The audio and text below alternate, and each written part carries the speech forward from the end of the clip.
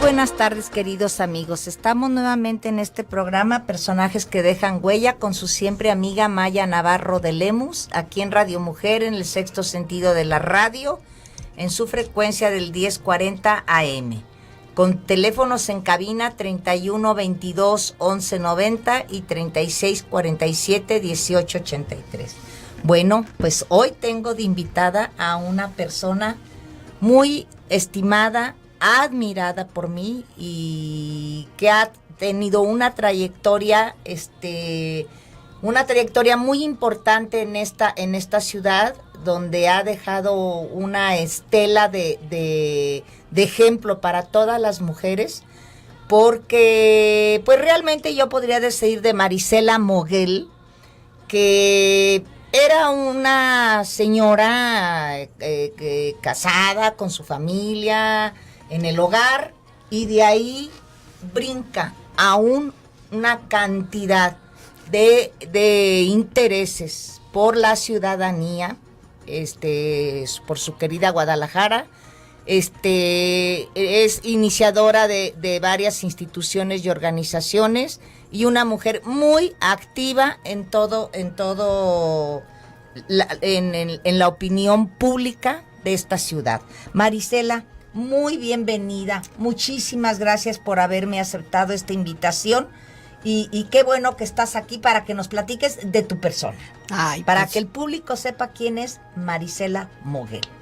Porque yo sé que tú has invitado, tú has entrevistado, tú has hecho muchas cosas, pero yo quiero que sepan quién eres tú, cómo te inicias y cuál es toda tu trayectoria.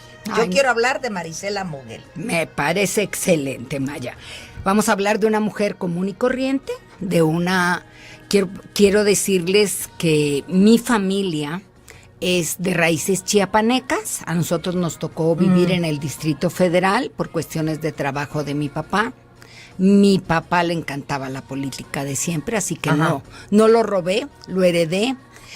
Y me caso a los 18 años, sí. Maya. Fíjate que les digo que es muy simpático, porque yo estaba en el 68, sí, en la preparatoria donde inicia el problema.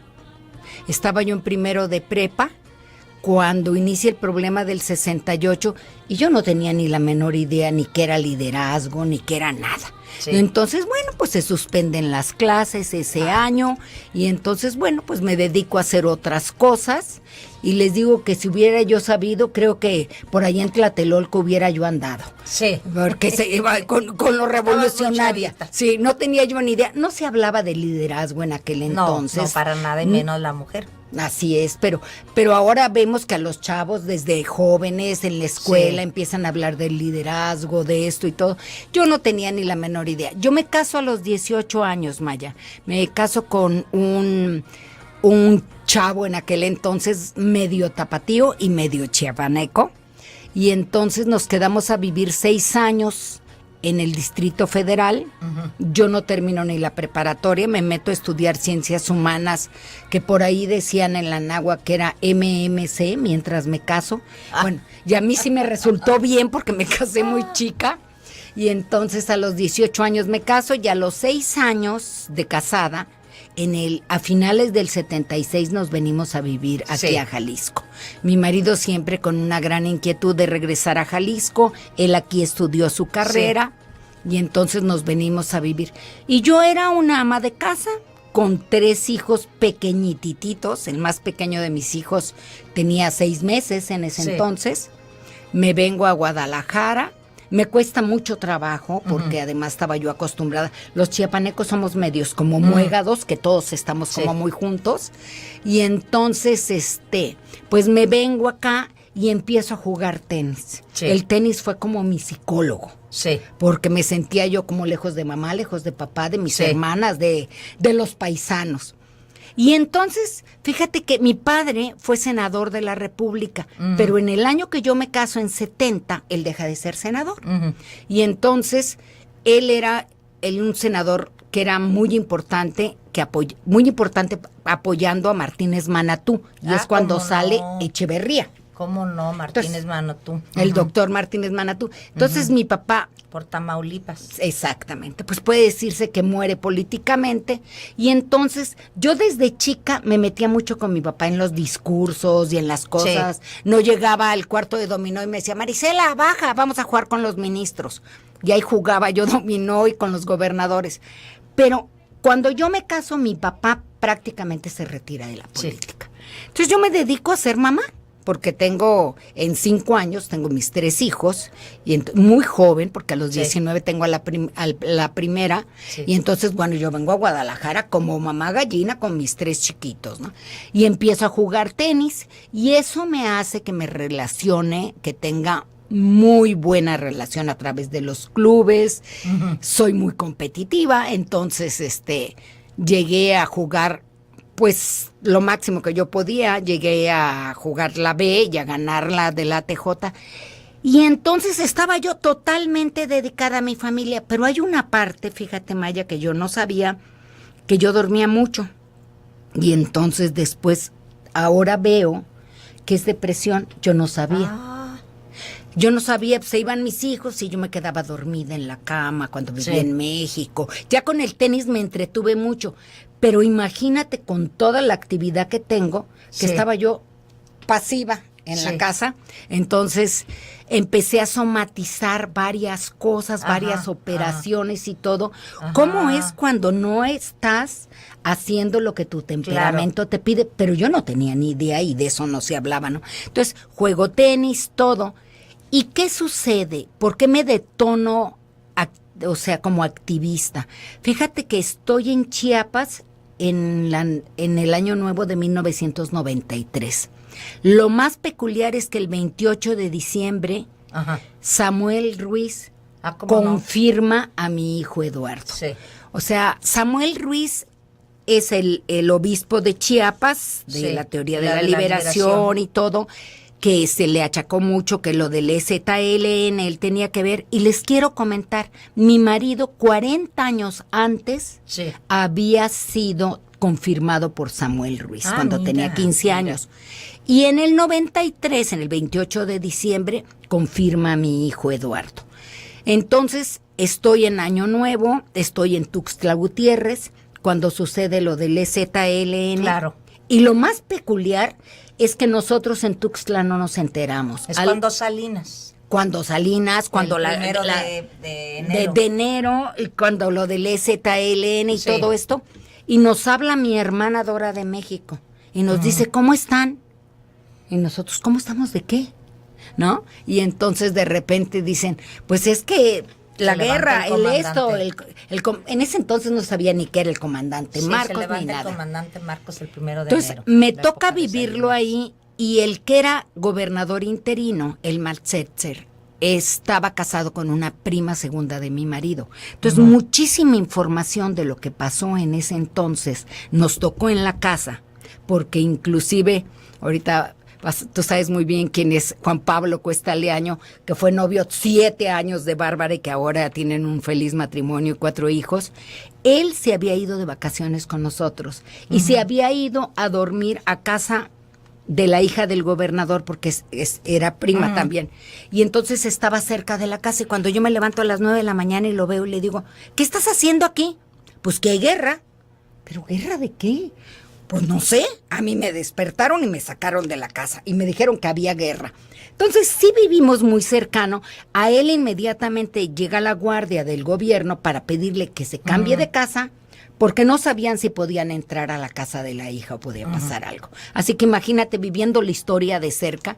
Y esto es lo que hace que yo diga, ¿qué estamos haciendo las mujeres? Sí. O sea, como mi papá decía, digan lo que digan, este país tiene paz. Pues en el 94, esa situación que vivimos tantos años, los que tuvimos el privilegio de vivir $1 a 12 pesos y una tranquilidad, pues se terminó, ¿no? Sí. Y eso me detona a empezar a hacer algo.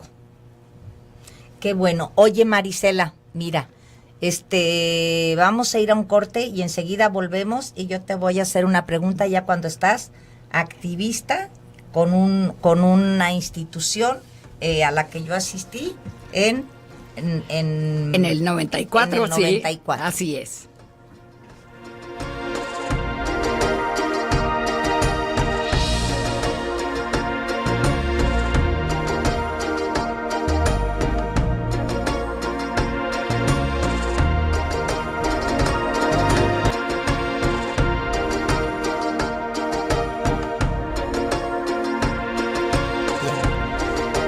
Bueno, estamos aquí nuevamente hablando yo, bueno, de un personaje para mí aquí en Guadalajara, que es la señora Marisela Moguel. Estamos en teléfonos en cabina 31 22 11 90 y 36 47 18 83. Marisela, yo no quisiera quitar tiempo interviniendo. Sígueme tú platicando, porque tienes una vida tan activa en tantas cosas que siento que el tiempo no nos va a ajustar.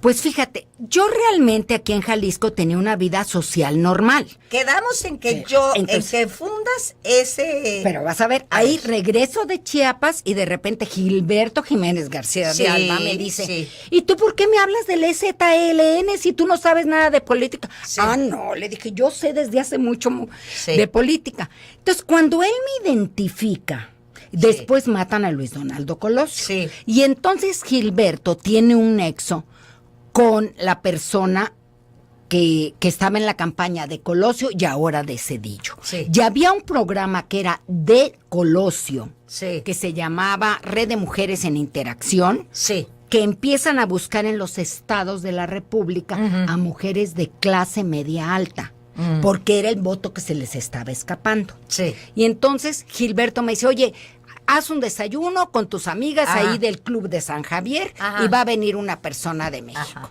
Y entonces llega esta señora, que llega tarde, por cierto, y no sé qué, yo muy enojada, y entonces nos dice que, ¿por qué no hacíamos un grupo? Entonces les digo, sí, hacemos un grupo, pero sin partido. Ya de haber dicho, pues es re fácil, luego nos las llevamos, ¿no? Pero no sabía toda la trayectoria que yo traía desde la niñez. Sí. Entonces, en ese momento nace el Círculo de Mujeres para México y por México. Porque ella nos dice, pónganse nombre cada estado. Las mujeres se llamaban Mujeres Unidas por Chiapas, las del Sí. Distrito Federal, ¿Y el tuyo? Mujeres y A Punto. ver. Y nosotros, Círculo de Mujeres para México y por México. Sí. Lo cual quería decir que no teníamos ni idea, Maya, Sí. porque nunca te puedes poner un nombre tan largo. Pero como lo hicimos con el corazón, realmente funcionó. No, yo me acuerdo que tuvo mucho éxito. Yo iba a esas reuniones. Pues yo te quiero contar la primera anécdota para que hoy escuchen todas las mujeres y todo mundo Eso, que como podemos que sí se hacer puede las hacer, cosas. aunque seas ama de casa. Así es. Nosotros no éramos más que amas de casa, dedicadas. Yo no tenía ni preparatoria. Entonces, a la hora que decimos, hacemos el grupo, dicen, hagan lo que puedan. Dije, pues primero vamos invitando a Gilberto para que se le quite para qué nos está metiendo en esto. Entonces, Gilberto nos hablaba porque era importante el voto y después Miguel Alfaro, que en paz descanse. Sí. Pero entonces, nosotras hacemos este nombre y invitamos a varias, empezamos a reunirnos y de repente organizamos una reunión en el San Javier con quien era nuestra, pues, una líder, sobre todo, ella una psicóloga muy movida, Elizabeth Torres, que fue la que nos dijo que nos ¿cómo no? pusiéramos círculo. ¿Cómo no? Bueno, y entonces le dijimos, vente y danos una plática, porque nuestro lema decía, despierta Ixtaccíhuatl, México te necesita. Ah, Y entonces mira qué ella bien. hace en el Teatro de San Javier eso. Pero ¿qué crees, Maya? Se llena hasta el tope. Y no sé, y a Elizabeth la arreglan con un moño Sí. y toda arreglada y peinada, Sí, que sí, Elizabeth la ya sabes conozco. que es de Ya las la que no conozco. se arreglan o nada. Sí. Bueno, hazte cuenta que era un gato incómoda con el moño. Miren, no cabe duda que Dios no se equivoca. Si nosotros hubiéramos tenido éxito en esa reunión con 200 mujeres, no hubiéramos sabido qué hacer. Sí. Porque no estábamos preparadas. Sí. Bueno, entonces en esa reunión dijeron, qué bárbaras, son amas de casa y ni saben y no sé qué. Entonces empezamos a hacer reuniones y aquí les voy a dar un dato para que todas las mujeres de Jalisco nos sintamos muy orgullosas. Las primeras que nos reunimos con todos los candidatos de todas las fracciones fuimos las mujeres de Jalisco, Sí. el Círculo de Mujeres para México y por México. De 94 Ajá. a 2002 tuvimos reuniones hasta 2000. Sí. Pero ahorita te voy a platicar por qué se interrumpieron. Las teníamos los miércoles de 5 a 7, con un sonido casero. Sí. Nosotros limpiábamos la terraza, nosotros hacíamos todo. Rentaban las sillas. Así era. Hacíamos todo y llegaban y de repente, por ejemplo, tenemos una anécdota que es importantísima. Llegan y entonces de repente llega mi compadre, que es Fernando Quirarte, y me dice, comadre, que dice Eugenio Ruiz Orozco que va a tu terraza. Sí. En ese entonces Eugenio era candidato al Senado. Ajá. Y entonces le digo, pues dile que traiga a Jiménez Remus también. Ay, comadre, estás loca. Solamente a ti se te ocurren esas cosas. Era ilógico pensar reunirlos de los mismo partido. Entonces Eugenio gana el Senado senaduría. Y después es candidato a gobierno. Y entonces es candidato a Alberto Cárdenas. Sí. Quiero decirles que cuando Eugenio llega, para esto, cuando yo llego a invitar a Eugenio, me dice su gente, señora, usted está loca, porque ya sabemos que invitó también a Alberto Cárdenas. Le dije, no estoy loca, yo soy una ciudadana y si usted quiere mi voto me tiene que convencer. Mi voto no se lo regalo a nadie, pero en aquel entonces era ilógico, Maya. Y entonces, así como que bueno. Entonces llega Eugenio y entonces llenan de propaganda nuestra terraza. Fue la primera vez que alguien llena de propaganda la terraza, porque ellos estaban muy acostumbrados a que ellos mandaban, ajá, a que los medios de comunicación se sentaban adelante, y cuando llegan los medios de Eugenio les dicen, a ver, señores, ustedes son los lugares de atrás, esta reunión es de las señoras. Uy, entonces éramos de lo peor. Entonces por ahí saca un periódico. Dice, señoras acomodadas acosan al candidato. Así fue el título. Y luego cuando llega Alberto Cárdenas, llega con Tarcisio, por ahí tengo la foto, y sale en el Informador, de veras parecían de primera comunión los dos. Llegaron 15 minutos tarde y todo mundo llegaba puntual, Maya. Y cuando llega Alberto dice, perdón, pero no conocíamos la colonia. Sí. O sea, Alberto no conocía la zona, era un candidato. Desgraciadamente en ese entonces, cuando era reunión del PRI, llegaban las del PRI, y cuando era reunión del PAN, llegaban las del PAN. Ah, ya. Lo que tenemos que entender es al revés. Es que tenemos que ir a conocer, exacto, conocerlos para decir, ¿me parece o no me parece? Las reuniones tenían un horario de 5 a 7 y se terminaba a las 7.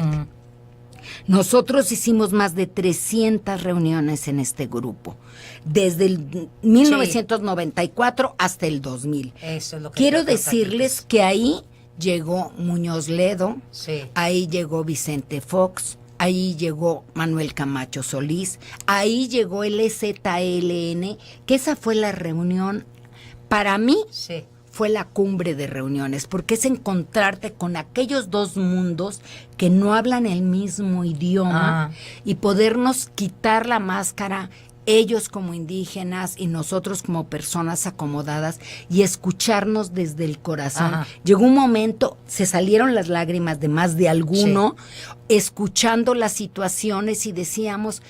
Yo recuerdo que venía un comandante Ramón, le decían, sí, y las mujeres... La comandante, creo que era mujer Ramona, ¿no?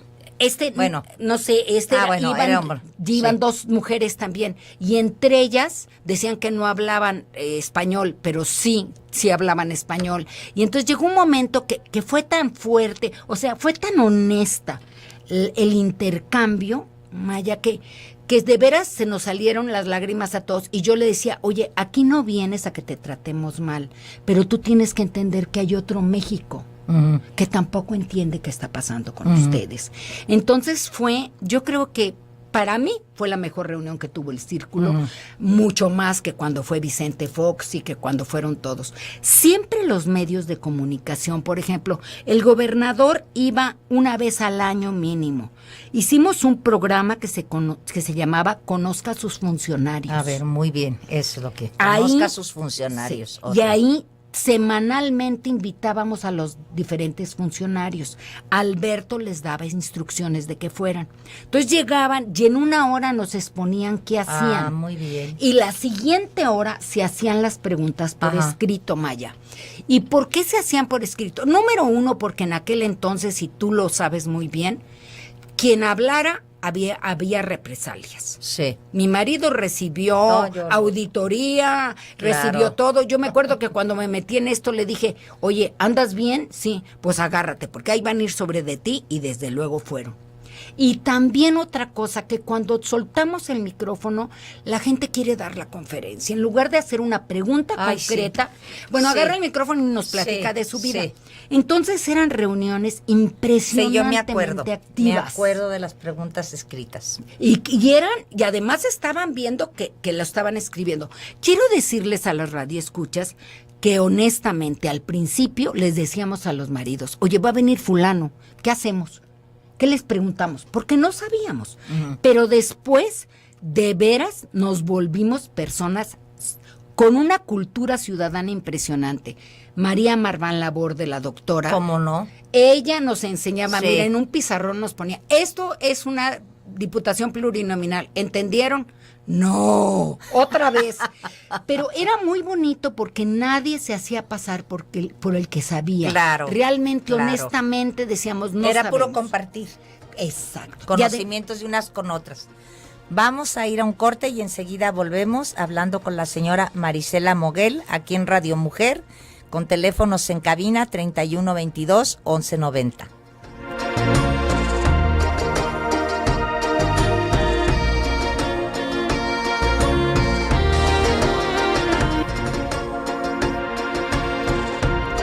Bueno, pues estamos nuevamente aquí en Radio Mujer, teléfonos en cabina 3122-1190, y yo rápido, Marisela, por favor, porque tienes un currículum inmenso y quiero que lo abarques. Nos queda nomás este corte y el siguiente. Pues fíjense que estando en el círculo de mujeres me buscan Sí. del periódico Mural, que en ese sí. entonces no sabíamos todavía que se venía.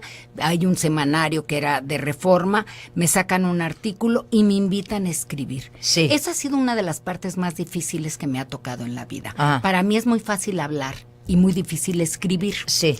Y entonces tuve artículo todos los lunes durante del 98 a después del 2000. Quiero decirles que en el 2000 me busca Mara Robles y Sí. y me invita a ser Sí, candidata Mara del PT Robles. al gobierno. Pero quiero decirles que me busca un viernes a las 5 de la tarde y tenía yo que decidir antes de 24 horas. El sábado, bueno, reúno a mis hijos, platico con ellos, con mi marido, decidimos que sí. La verdad se dividió la familia, pero se decidió que sí, y fui candidata a gobierno. Quiero decirte que esta es una de las partes de mi vida más interesantes. Conocer al pueblo de Jalisco y el corazón del pueblo de Jalisco. O sea, alcanzaste a hacer campaña. El PT no tenía más que 22 municipios. Ajá. Entonces nuestra campaña era en una zona pequeña. Ajá. Pero lo que fue muy interesante es que Moreno Berry es un cuate con muchísima experiencia, y entonces él hace una campaña donde los gallardetes más grandes que existían los saca, y entonces para esto, fíjense qué interesante, Maya. Él llega y yo digo que sí, el domingo me voy al Salvador Allende, cuando entro, 1,000 personas, entro y de repente me paro ante 1,200 personas y decía yo, no cabe duda que estoy loca, señor. No cabe duda. Por ahí me agarra Televisión Azteca y me dice, señora Moguel, ¿a qué aspira? Si usted ya tiene un nombre, si todos los candidatos le invitaban, es un personaje muy importante políticamente con el círculo. Y le digo, pues hacer la tercera fuerza. Entonces, ¿cómo? Entonces, ahí sí encabezados, pues ni modo que dijera que a gobernadora, con un PT que yo les decía que venía yo en 0 y mi marido decía, no, vas en -10, no en 0.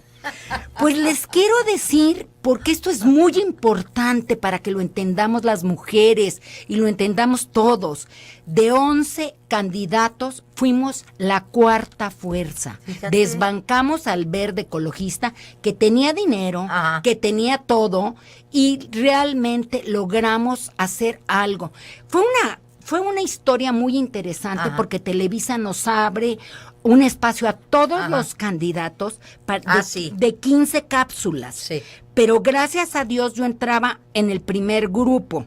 Pues entre los 5 primeros, sí. o sea, entraba el PRI, el PAN, el PRI, el PAN, el PRD, el Verde y el PT. Sí. Entonces yo entraba el mismo día que, vamos a decir que la primera fuerza. Y tenía yo tanto miedo, Maya, que decía, yo no le voy a pedir al PT que me diga qué decir, porque a lo mejor me compromete y yo no sé ni qué estoy diciendo. Entonces, con Claudia Ruiz Arriola, sí. con Mónica Pérez Taylor, Sí. con un grupo de amigas encantadoras, Ay, muy pues destacadas, muy lo hicimos inteligentes. como pudimos. Y creo que salimos bastante bien.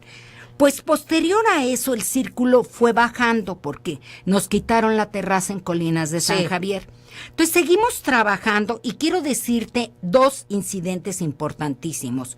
El círculo de mujeres hizo que la primera queja de acoso sexual laboral de Jalisco y de Latinoamérica Mira. procediera Qué bien. a través de lo que nos enseñó Lupita Morfín de Derechos sí, cómo no, Humanos. cómo no. Y entonces pusimos una queja y era contra el del Instituto de la Juventud de ya, Jalisco. recuerdo, cómo no, muy importante. Y habían sacado a Oliva Ornelas y le habían dicho que no en el Instituto de Mujeres, y gracias al conocimiento que teníamos le dimos seguimiento y es la primera recomendación de derechos humanos de Latinoamérica por acoso sexual laboral. La logramos gracias al conocimiento del Círculo de Mujeres para México y por México.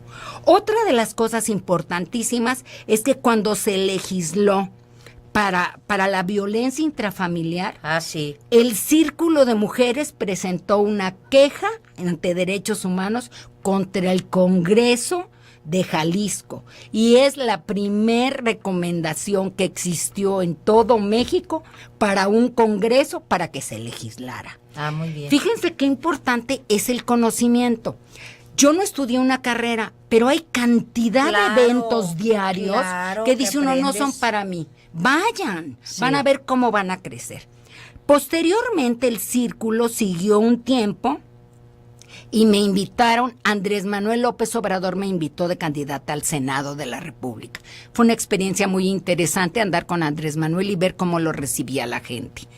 Posteriormente, tengo un programa de radio, precisamente aquí en Promomedios. Estoy 2 años como analista política con Gabriel Torres, con Arturo Pérez Díaz, con Oscar Constantino, con Leonardo Schwebel. Estuve 2 años. Y después tuve un programa en AAA que se llamó Punto de Encuentro durante 2 años con muy buen rating, y fue una etapa muy bonita de mi vida donde tenía yo una extraordinaria productora y todo fue una experiencia hermosa. Quiero decirte que cada 6 años, no sé por qué. Bueno, entonces yo fui candidata al Senado en el 2006. Después, en el 2011, me dan el galardón de liderazgo que organizaba. Ese lo organizaba el Instituto de las Mujeres, el Consejo de Cámaras Industriales de Jalisco, y lo entregaba el gobernador, que es Emilio González Márquez. Sí. Y me tocó un reconocimiento a mi liderazgo. Qué bien. Muy interesante. Lo recibimos en Lagos de Moreno. Fue un evento muy lindo y conocí mujeres extraordinarias que hay en Jalisco. También fui presidenta en ese entonces, antes de tomar ese reconocimiento de liderazgo, fui presidenta de las mujeres empresarias. Es lo que te iba a de decir, AMGE. que tienes el lado empresarial también muy desarrollado. Fíjate que, por ejemplo, lo que pasa es que hubo un problema y la Asociación de Mujeres Empresarias se abrió, se dividió y estuvo unos años sin presidenta en Jalisco. Y la verdad es que era la rifa del tigre. Sí. A ver quién agarraba el tigre y el tigre te hacía pedacitos. Entonces, cuando me llegaron a invitar, dije, claro que lo agarro, porque no es posible que Jalisco no tenga una asociación adecuada. Claro. Porque además quiero que tú conozcas que la Asociación Mexicana de Mujeres Jefas de Empresa, AMGE, nace por Patricia Vergara. Por Mari Pintado y por Berta Sarki. Por 3 extraordinarias mujeres jaliscienses. Fallecidas 2. Así es. Que Berta, ellas son las que hacen. Maravillosas mujeres. Ellas son las que lo hacen nacional. Y dije, en honor a ellas, desde luego que lo hago. Bueno, creo que fue un poquito, no sé si más difícil que la candidatura o ahí se la llevaba. Una cantidad de problemas tremendos, pero ahora logramos tener una asociación muy fuerte. Ahora es la Asociación Mexicana de Mujeres Empresarias, muy fuerte, que trabaja, que se junta todos los meses y que ha trabajado muy bien. Y me da mucho orgullo decírtelo. Cuando yo fui presidenta, logramos ser el estado número 1 en Golden Sash de inscripción. También logramos que tomaran un curso de Oportunitas, que era de la Secretaría de Economía. Se hizo un trabajo muy interesante en esa época. Después, bueno, viene en el 2011, antes del premio de liderazgo, si recordamos, hubo unas explosiones en Guadalajara. Ay, sí. Entonces, hubieron, creo que 8 explosiones en diferentes lugares, y yo tenía muchísimo temor, Maya, de que fuéramos a tomar la actitud de Monterrey y que nos encerráramos en nuestras casas y que el narco tomara la ciudad. Entonces, yo siempre con mucho temor a las caminatas, porque no fue marcha es cuando protestas, bueno, y caminata es a favor, ¿no? Sí. Entonces hicimos una caminata a favor de la paz y hicimos un grupo que se llama Bien Muchos por la Paz. ¿Cómo se llama? Perdón. Bien Muchos por la Paz. Muy bien.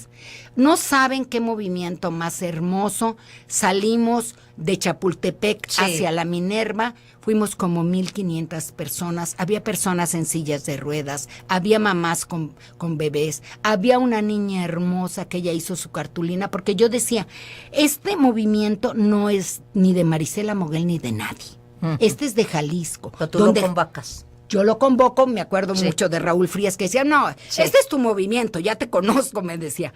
Pero lo importante era decirle a Jalisco, nosotros estamos unidos. Y yo sé que ese grano de arena quedó. Mira cómo Jalisco está unido en un momento dado. Claro. Se une para cosas positivas, para la paz. Se entendió muy bien el mensaje. El gobierno tiene que ver lo del narcotráfico, el gobierno tiene que ver muchas cosas, pero nosotros ciudadanos somos los que decidimos si nuestra ciudad le entregamos o no. Claro. Los gobiernos municipales hacen algo, pero los ciudadanos somos muy importantes, pero y hicimos bien muchos por la paz. Por supuesto.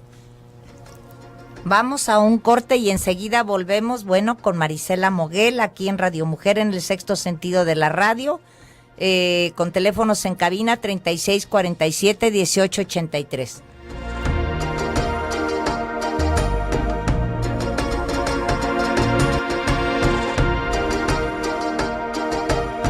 Bueno, estamos en el último corte con la señora Marisela Moguel, un personaje que pues a mí me gusta mucho, como ella dijo, que prácticamente de la cocina sale a ser toda una serie de instituciones que hasta la fecha siguen funcionando en esta ciudad y fueron iniciadas por ella.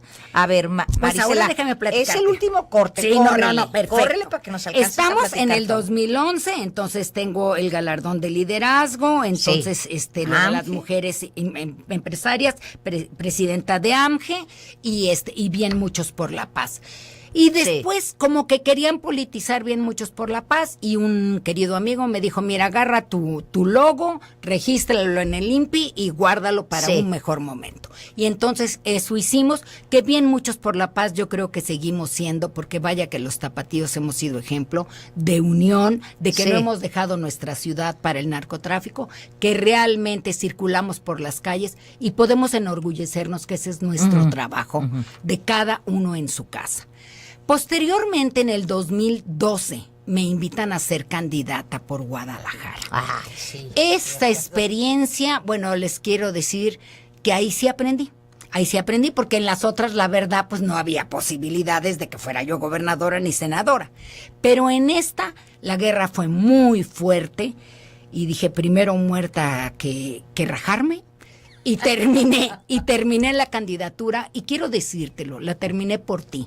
Te quiero decir que viene en camino mi nieto número 12, y yo sé que todos tenemos hijos y tenemos familia, y te quiero decir que por ellos terminé la candidatura, y por ellos dejé un ejemplo, y por ellos demostré que ese lugar es de las mujeres, no solo de las mujeres que hacen política, de las mujeres comunes y corrientes. Hay una cantidad de talento aquí en México, pero las mujeres tenemos un grave defecto. Cuando nos dicen, oye, tú esto, dices, no, mejor fulano.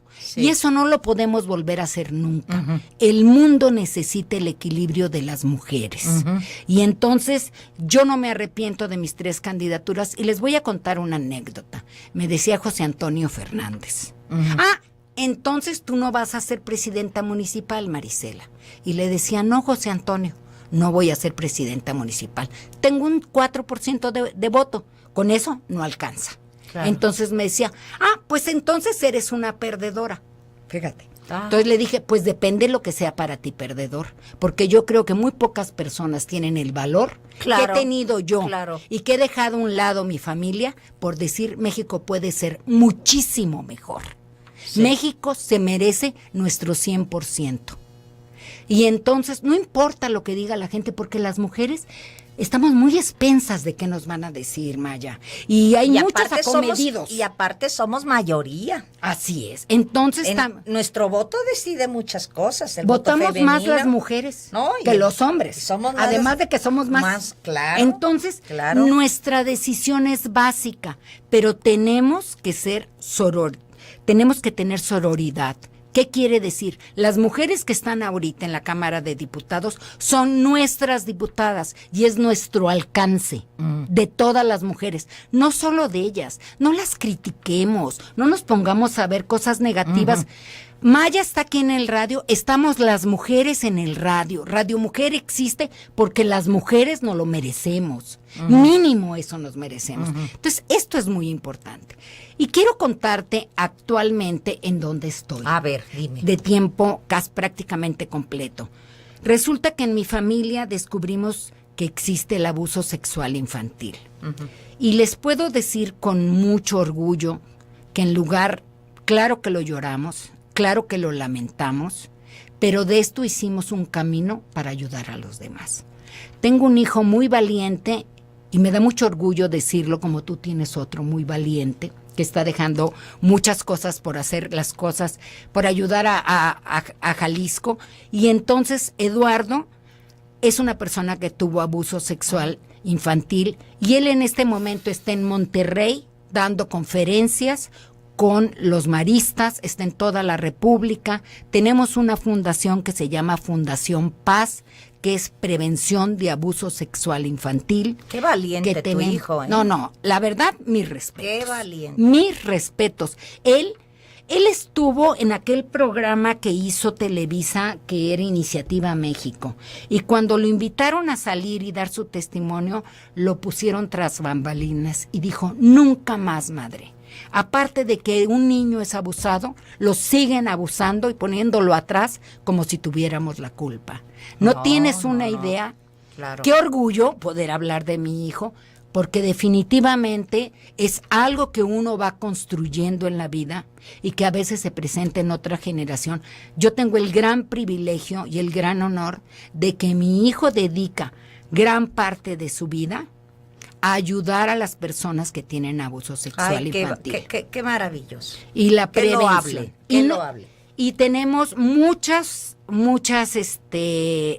libros editados y tenemos también, hemos atendido cerca de 50,000 personas o más. Fíjate nomás. En 6 años. Es una de las asociaciones que tenemos 3 años de tener el certificado de CEMEFI, que es dificilísimo por transparencia e institucionalidad. Sí.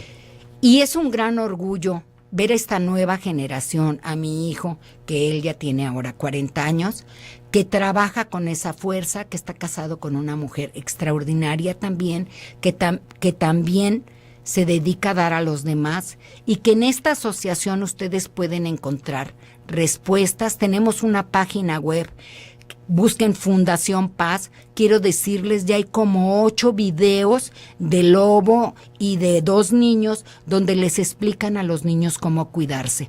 Tú en tu casa puedes Y el ponerlo. abuso es tremendo, ¿eh? Tremendo. Y Tremendo el número en el mundo. es tremendo. Los números en el mundo son iguales. Aproximadamente un 20% de la población tiene abuso sexual infantil.